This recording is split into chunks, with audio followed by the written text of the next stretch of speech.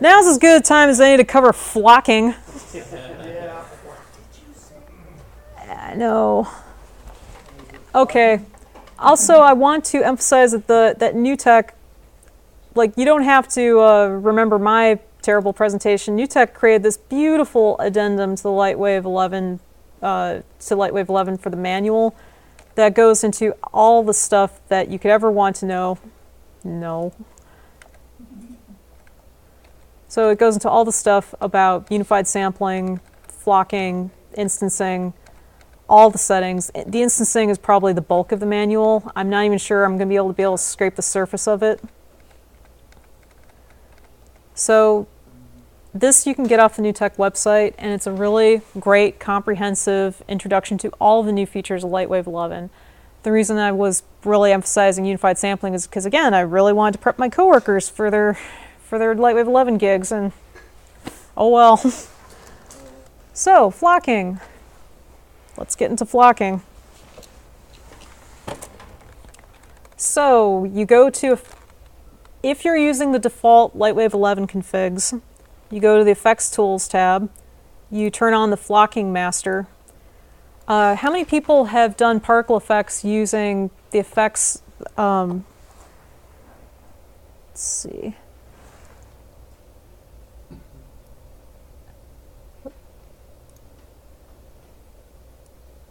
How many people have done their dynamics using the effects browser?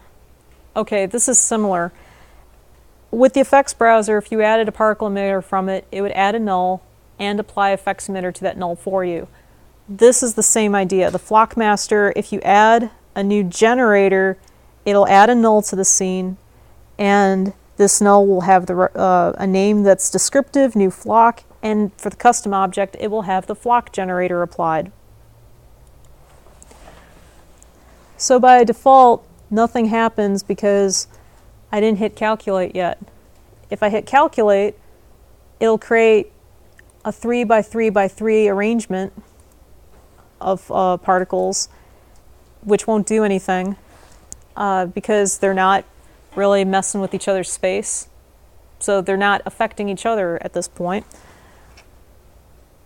So it would probably help if I gave them something to do. So let's go add new director goal. Da da da da! Yay! Oh, I love it. So here is a null that has its own custom object applied to it, the flock director. You don't have to keep looking in the object properties. I'm just showing you what it's doing under the hood, but all your work would be done in here. So if I hit calculate all motions and then scrub the scene, woo! Let's make a regular preview.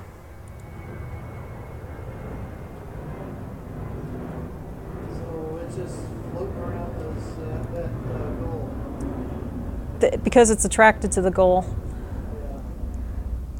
So we can do more with this because we could animate that goal moving around. Actually, let's add something to spin it because it'll be more interesting if then.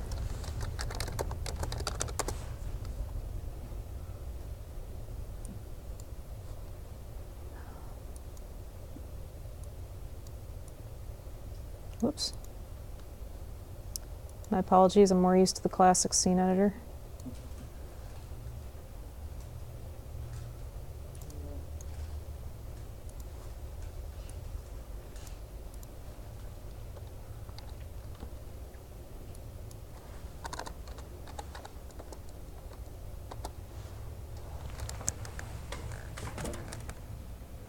Go to the graph editor, make that post behavior linear. Now nothing should change because I haven't told it to calculate that yet. You have to hit this to update the action. So you see that flag? And you see how the flocking is following wherever the flag goes?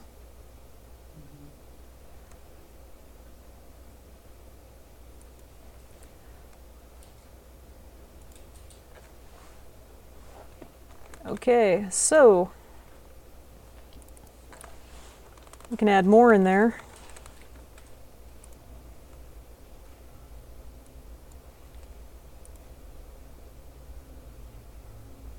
So that's 5 by 5 by 5, so that would be 125 particles. And you haven't added any objects to this, yet. I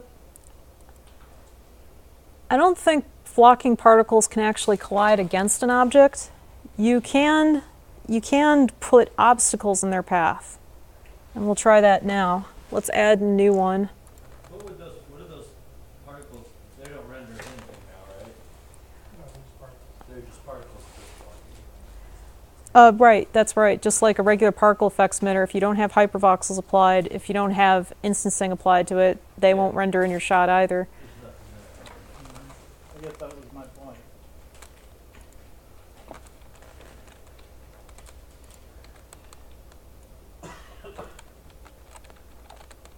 So anyway, here's an avoid director. And I haven't hit calculate yet. Let's see what happens.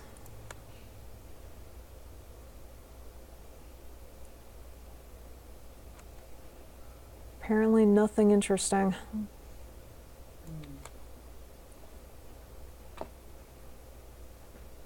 Let's try changing it to deflect. That's right.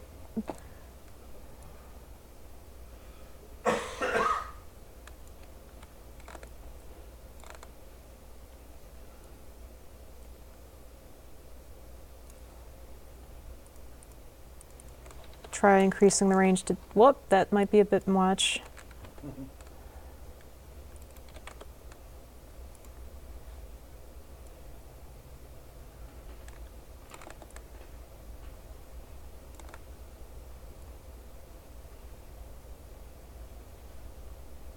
have to recalculate? Well, let's see. Let's tell it to take it very seriously. It was doing something there. So let's increase the range. I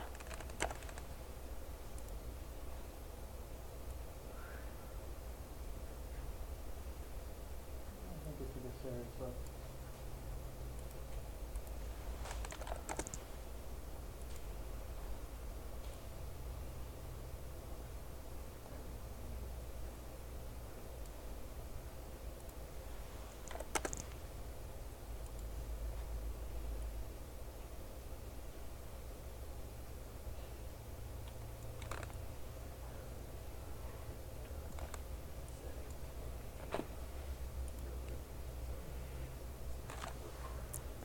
Okay, you can see it noticeably they're trying not to interact with that one point. So they're flying over it, around it, under it. They're trying not to get close to that one thing. There's another director in there called avoid. This was deflect.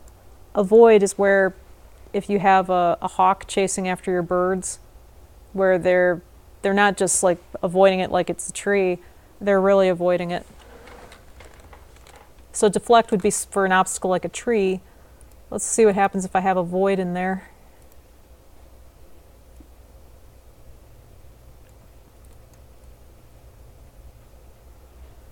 Might be more interesting if I actually moved it.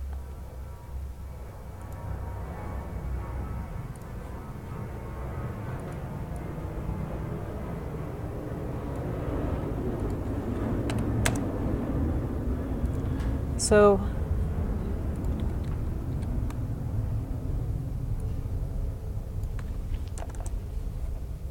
let's see what that does. Whoops.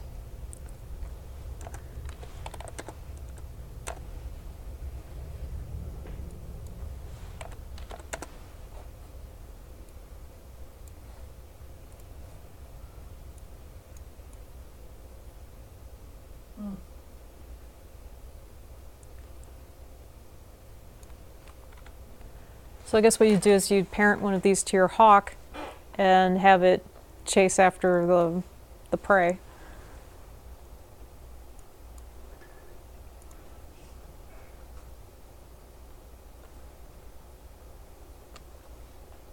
we were having Dart Eagle in the barrel. Yeah. And the teacup.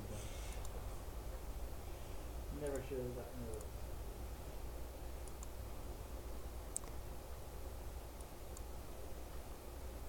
Well, at least now you don't have to explain eagle in a barrel to anyone. Yeah. So I swapped out avoid for deflect, and you can see how deflect, it's so much more gentle. It's just more like, oh, a balloon has sailed through the flock, and they're just kind of avoiding it. But if a hawk were to sail through the flock, they'd really be avoiding it.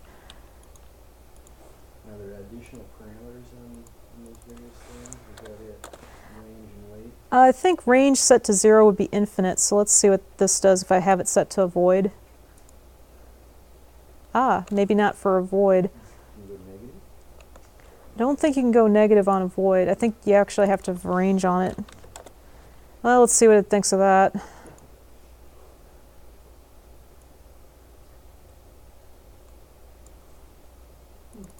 Actually, let's just try 50.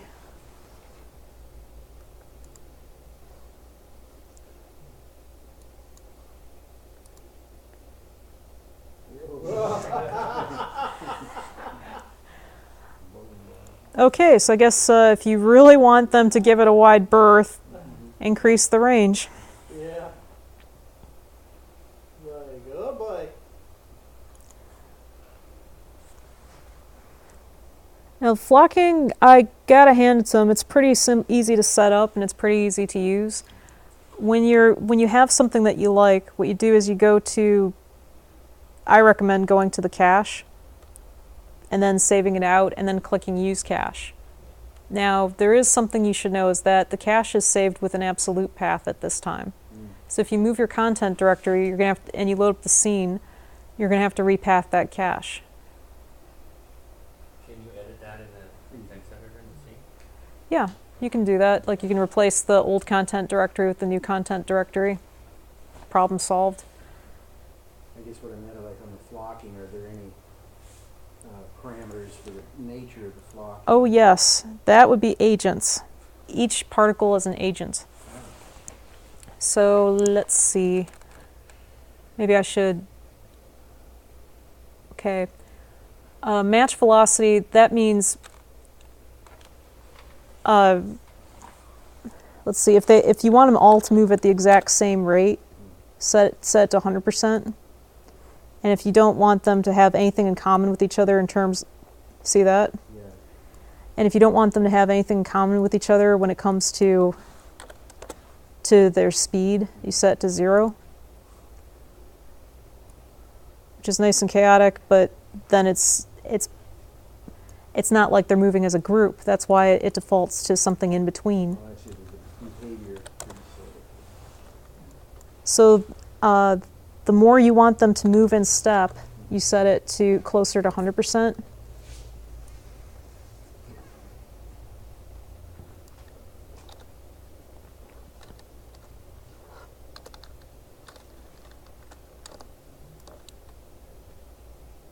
Now I have my flock of birds up, say I have my flock of birds up there.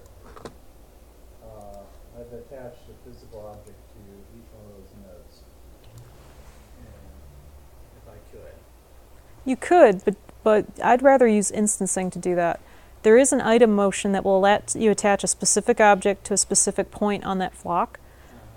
But I recommend instancing, which I should probably get to. Okay. I guess my point, what I was driving at is, how do you get, I assume you probably explain in instancing how one object node avoids the other node, so the birds don't appear to be smashing into each other. Oh yeah, they got that covered. Let's see. Range set to 500 millimeters. Let's see, if I turn off this director, let me hit calculate all motions again. Okay, they explode away from each other because they don't want to hit each other. If you set, this is defaulting to a 1 meter sized box. See that? That's defaulting to 1 meter sized box. So if you had it set to 3, so that each of these guys was exactly a ½ meter away from each other, there's no reason for them to fly away from each other. If I were to bump that up so that they are intersecting with each other, then they should start moving away. So that they're trying to give each other like 600 millimeters of space around each agent.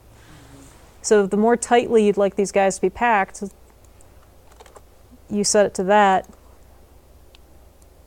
And there's no real, do you notice like how the rings were growing around them when I increased this?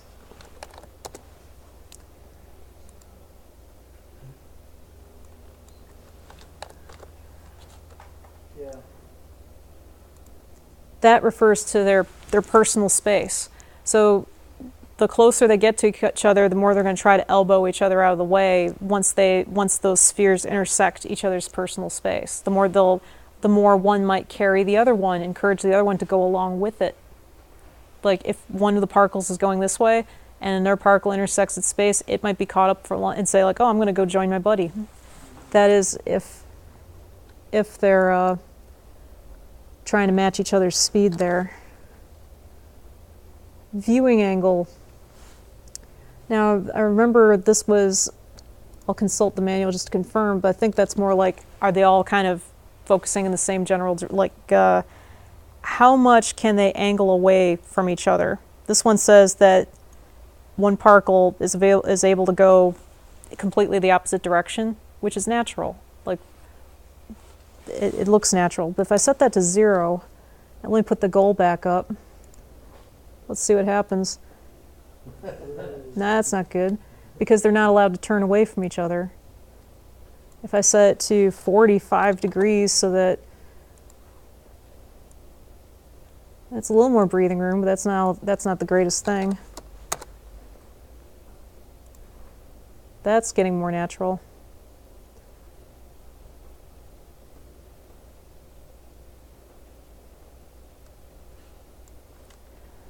But the tighter the viewing angle, the less breathing room you're giving them to, the less permission you're giving them to, like, for one guy to rotate more than 30 degrees away from all the other guys.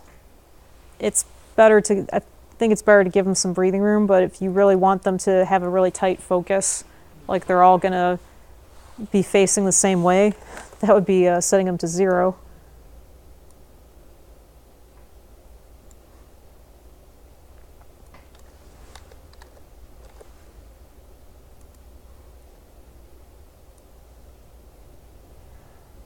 Another important one I'd say would be cohesion. The higher this force, the tighter the flock is going to be. Actually, let's try setting it to 10. Whoops. Apparently they went over that way. No, I have that one disabled.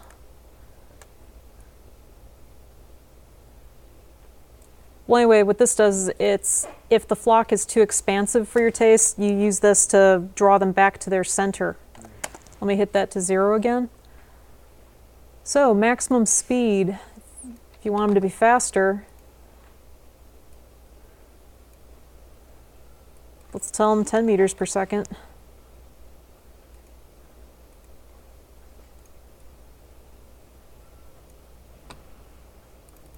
Say minimum speed.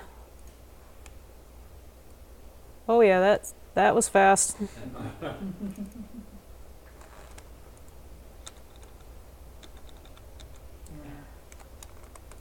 Hey, come back.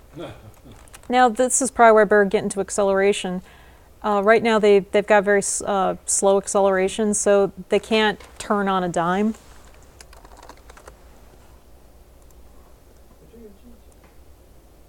There you go. Now, the higher their acceleration is, the faster that they can turn around. So you're going to probably want to, if you have to bump up their speed for whatever reason, you're probably going to want to bump this up too. Whoop.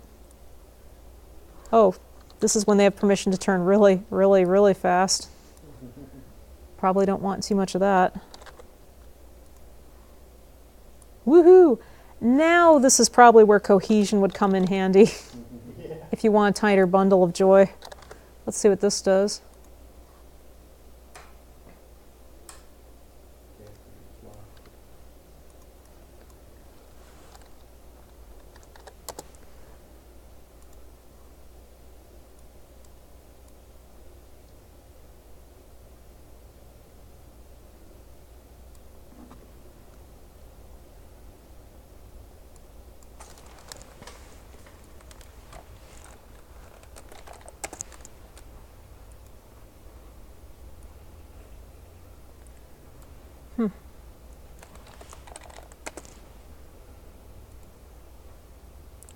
just trying to squish this flock. Maybe if I gave them a tighter range. Or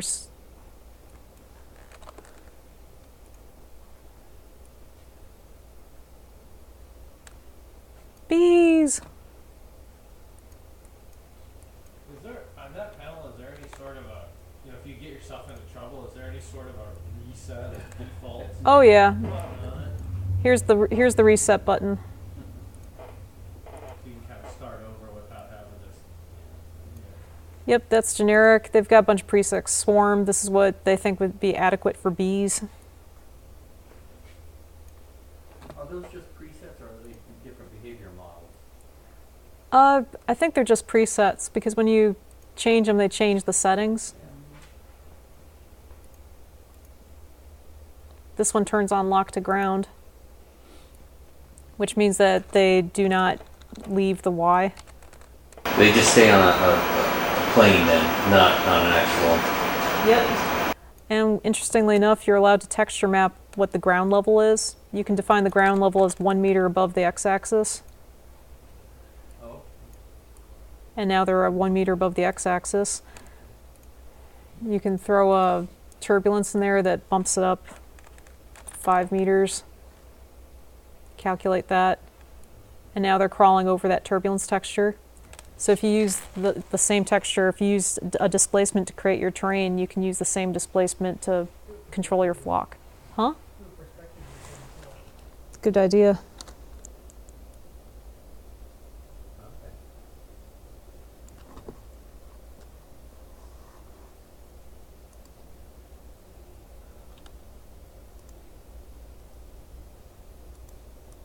Fish.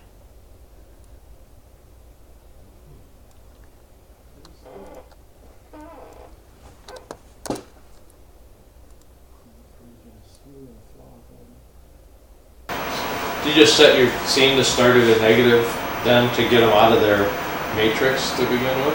Oh, that's a good question. Let's try it. I have not tried Or that. do they always start in that matrix? They don't have to. Before I get to the negative number, I'll show you what options you have for the generator. You have a sphere option, which is completely random, and it starts out random.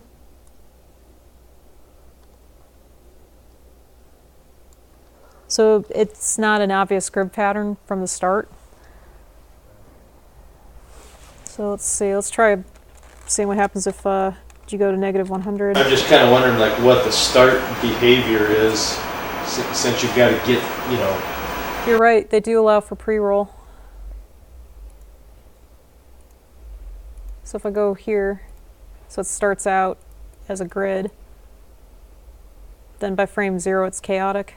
Can the agents be attached to an object, surface or geometry so that they can actually start off, say for example, on the surface of a ship and take off or something? Well, let's see what happens here. There you go. Let's try mesh polys.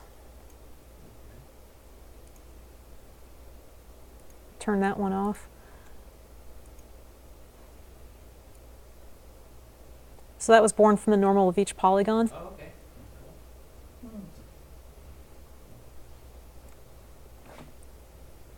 And you can change it. But what I had before, when I had it add the generator, it added a null to the scene, and by default, like that could not have brought up these other options, mesh points or mesh polygons. So for a starting point, you can have it.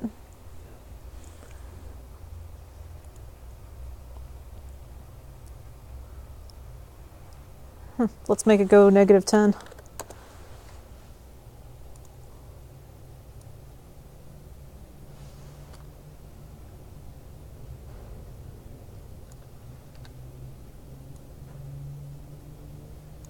Nothing too noticeable.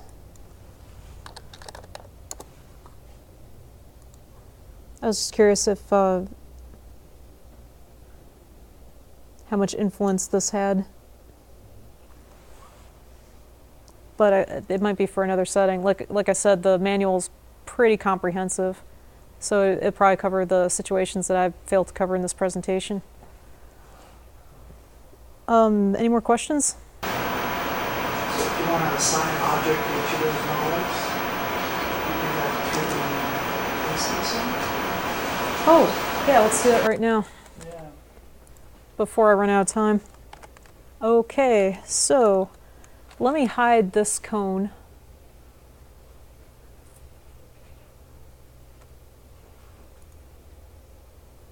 Let's see, I think I can get away with just doing this. Let me load object.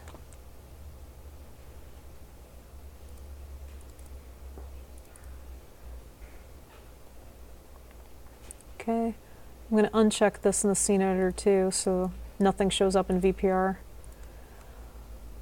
Okay, so go to here, go to Object Properties, Instancer. This is a new object property. So we've got a new tab that goes after the tab that lets you add the particle effects, Instancer. Add Instance Generator. Double click on that. I'm going to add the box. And I'm going to tell it type particles. Now I've got a bunch of big boxes on there. And if I wanted to, I could say, show it as a shaded solid. Which Yeah. is interesting in a sort of abstract art kind of way. But that's a little big, so let's randomize the scale between 10% and 20%.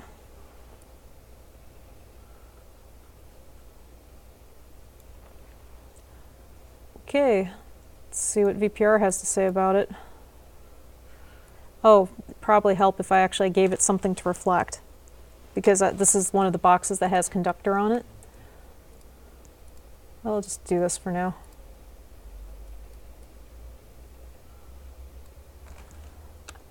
Just to emphasize, even though I have the cone unchecked in the scene editor, as long as the instance is active, it will render.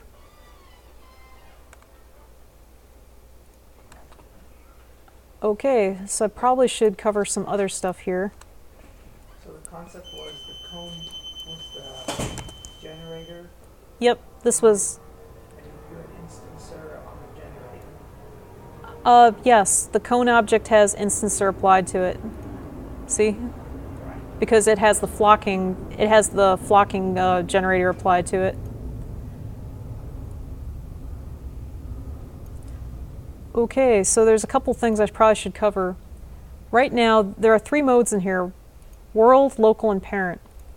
If I were to move this box, which is the source, notice that if I'm moving it away and the instances are respecting the offset from the origin that the box has. That goes away if I set it to local.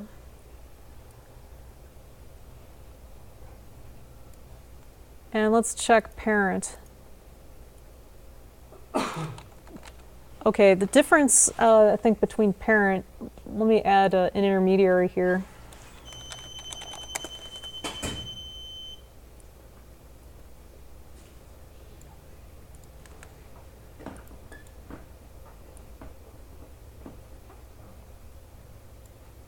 Okay, I've just replaced it with parent, which so it looks like it's disappeared because parent is a null that I've added to the scene. If I want its child to be respected by the instancing, I have to activate hierarchy. See that? So you can have an entire hierarchy of objects and turn on this checkbox and just point it to the parent object, and the entire hierarchy will be instanced across the particles. So if you want a car to be instanced across a parking lot, load in the car rig with its wheels and everything, point to the master null, instance that, but turn on the hierarchy checkbox, and the car will be all over the parking lot. Okay, so P for parent. If I were to move the parent null, that moves the instances. Let's see what happens if I move this. That moves it too. Okay.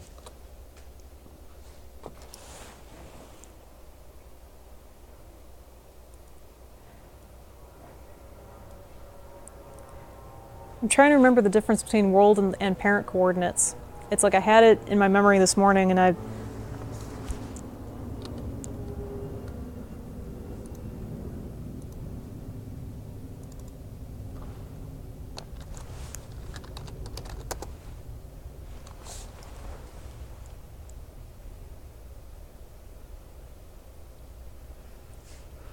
Okay. It's about maintaining relative positions of the elements. Okay.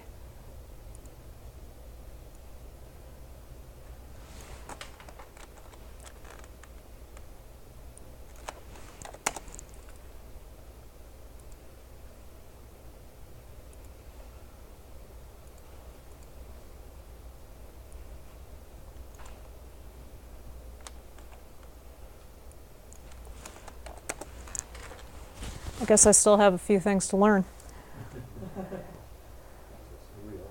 Okay. Like I said, it's pretty deep. There's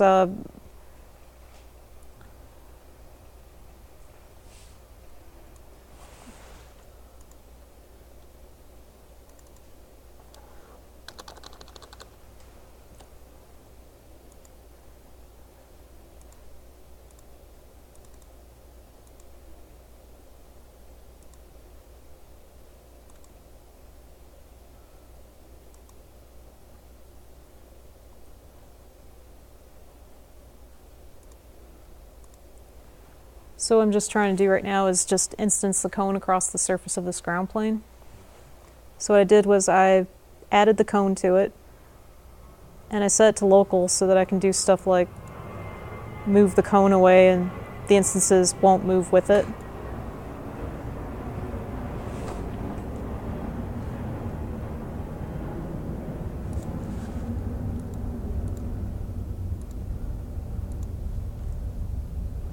So what you're looking at, let's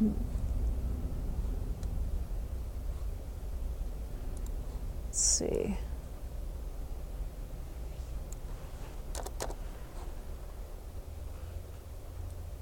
So let's take a look there. And yes, there is a box right there.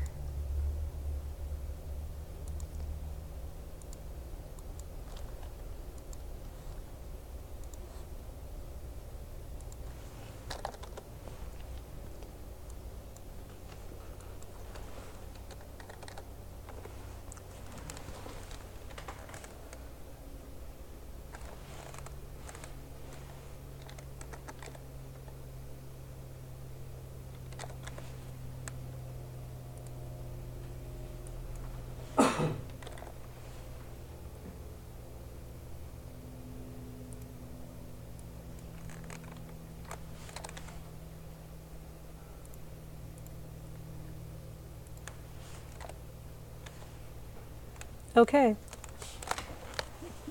The reason I'm bringing this up is because I've seen some really nice graphs done with LightWave 11 instancing, where you, instead of a cone, you'd tell it instance this blade of grass across the entire surface. So you'd select the ground plane, apply the instancer to it, tell it type surface, tell it how many instances of grass you'd like with the grass as a source object, and just spread it across the entire surface, and you can have a field of grass. What are the generation types are there? Let's go through them. There's points. The ground plane has exactly 4 points, so you'll notice there's a little cone at each of those points. You can tell it max points, and then it should only be four instance cones. Polygons, there's only one polygon. You can tell it, so I guess that would be useful as if you wanted a perfect grid arrangement of instances. Particles, there are no particles associated with this object, so no instances would appear there. Surface, which we've got covered here. Rectangular array. Radial array.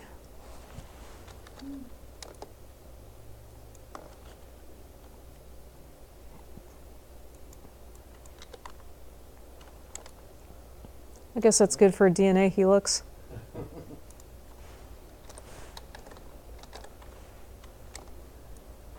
There you go. Bunch of instances right there. Now this one, I'd have to learn a bit, but you can leave a wake of instances along a motion path. And I just haven't explored that area just yet. Yeah, it just randomly places them along the motion path of the object. What would you use that for? Train? That's a good idea. Like train ties? Yeah.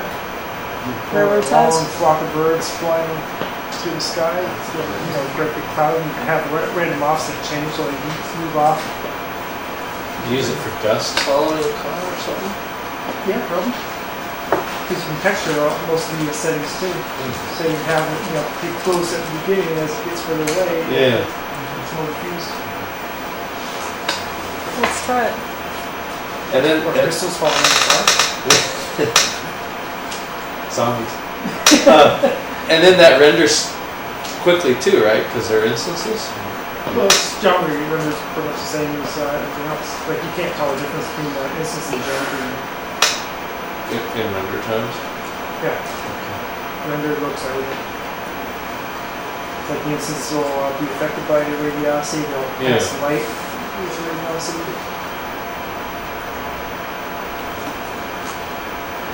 With respect to all the surfacing. But so the instances are actual geometric. Yeah, because you can actually see it right there. Yeah.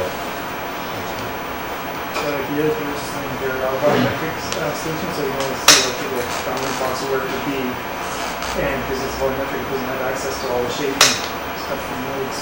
Does that render faster? And it renders differently. Like say, some of the materials don't work on them, so you can't use dielectric for glass on some of them. And there is subsurface scattering. And anything uses pre-processing might work with volumetrics, but it would work here. Here's motion path instancing.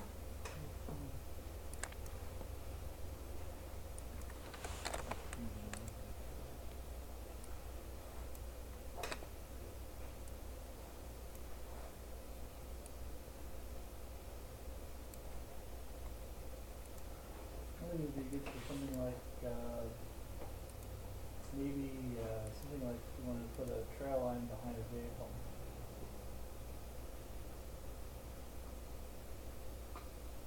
Like I saw in this one commercial. Actually, I'm wondering if it would be kind of useful for cartoony smoke being left in a character's wake. If you just had these geometry explosions representing cartoon smoke and like have it behind a cartoon rocket ship. Believe me, when the situation arrives, I'll know exactly where I would use this. This is just one of those things where it's nice that they gave me the option. I'm just not sure yet where I'd use it. Yeah. Trust me, you use it at least once in your career. Probably.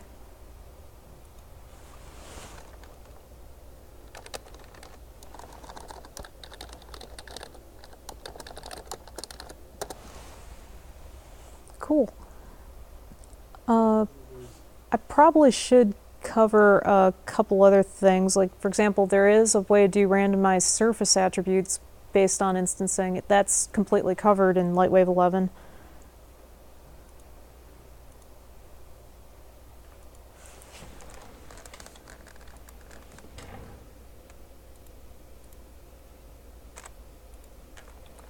Okay, so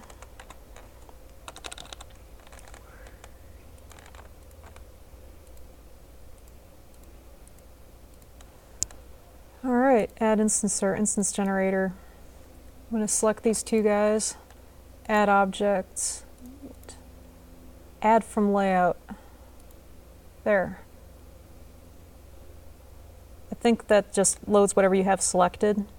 So you can select a bunch of stuff in here and then just add them all at once. Okay, so now that I've got that, let's do surface.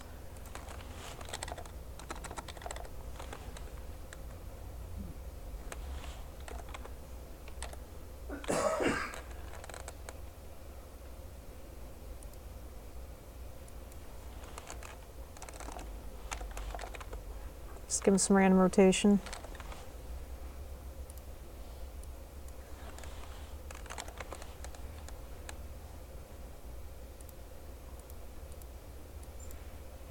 Okay, so now we've got a lot of crap.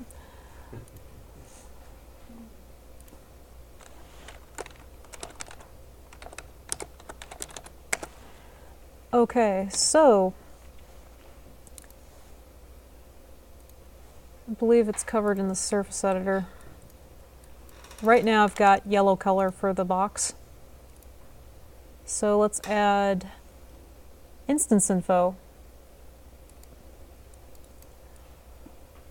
Okay, fixed random will translate the object ID or the instance ID of the object in question. Again, it would probably help if I gave it something to reflect. There we go. So anyway, fixed random means if you have 100 instances, whatever the instance ID is, it'll get mapped on a range between 0 and 1, which makes it easy to translate into a gradient.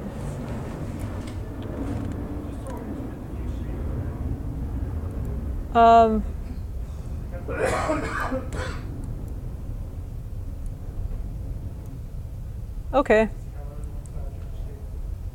So you end up with a grayscale value ranging from black to white.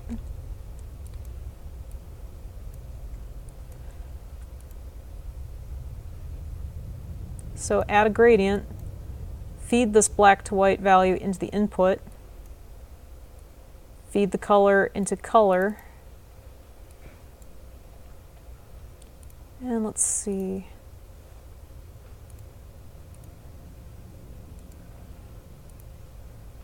I should mention this does not ship with LightWave 11, although it should. Contact the developer. He's sitting right in this room.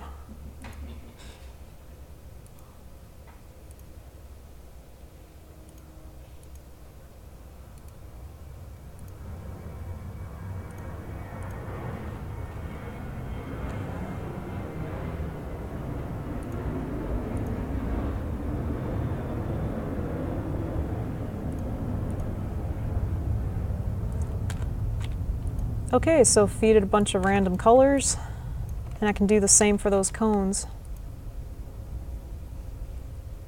Whoops. The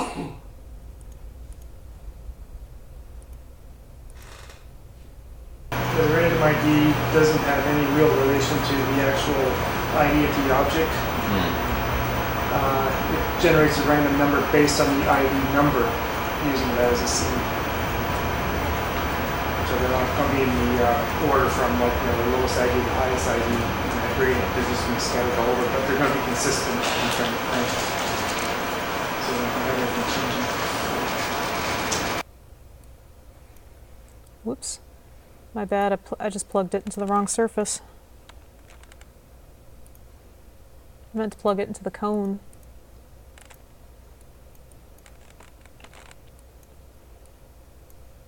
There we are.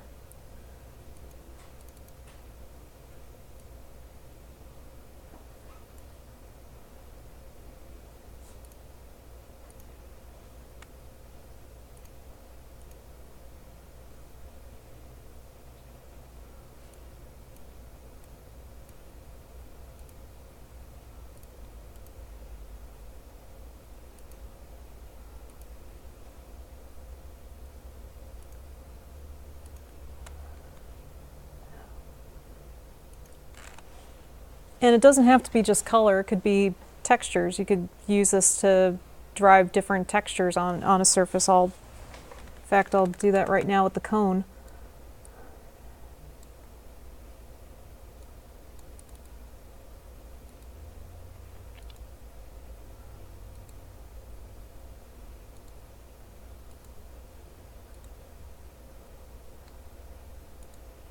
Actually, I'll just stick with these two.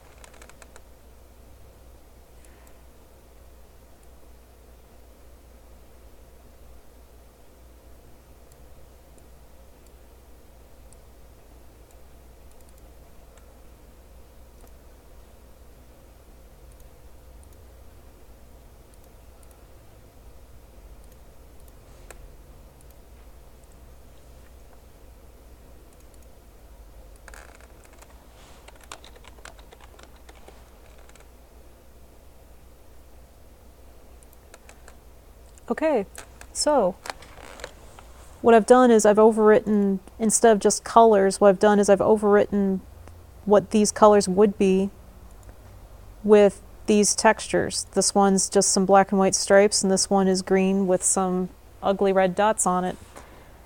And I'm driving how many of each I'm getting with this stepped key. So if I want more of the ugly dots, oh, sorry.